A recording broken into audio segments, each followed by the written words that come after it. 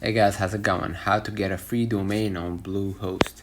So first of all, you need to sign up with your account and log in if you have already an account by clicking the avatar icon at the top right. Okay, and you can use Google for this step. I'm gonna use Google for demonstration only.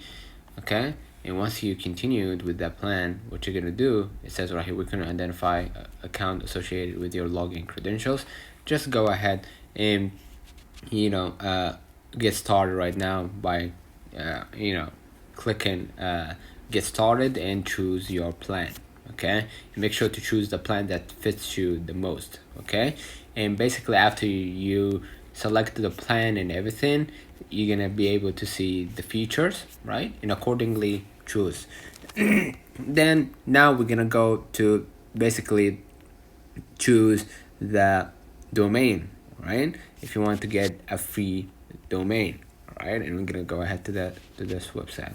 If you want to get a domain, you're gonna choose the choice plus. Get additional privacy and security features. For the first month, you're gonna pay 5.45 and renews at 21.99 12-month term.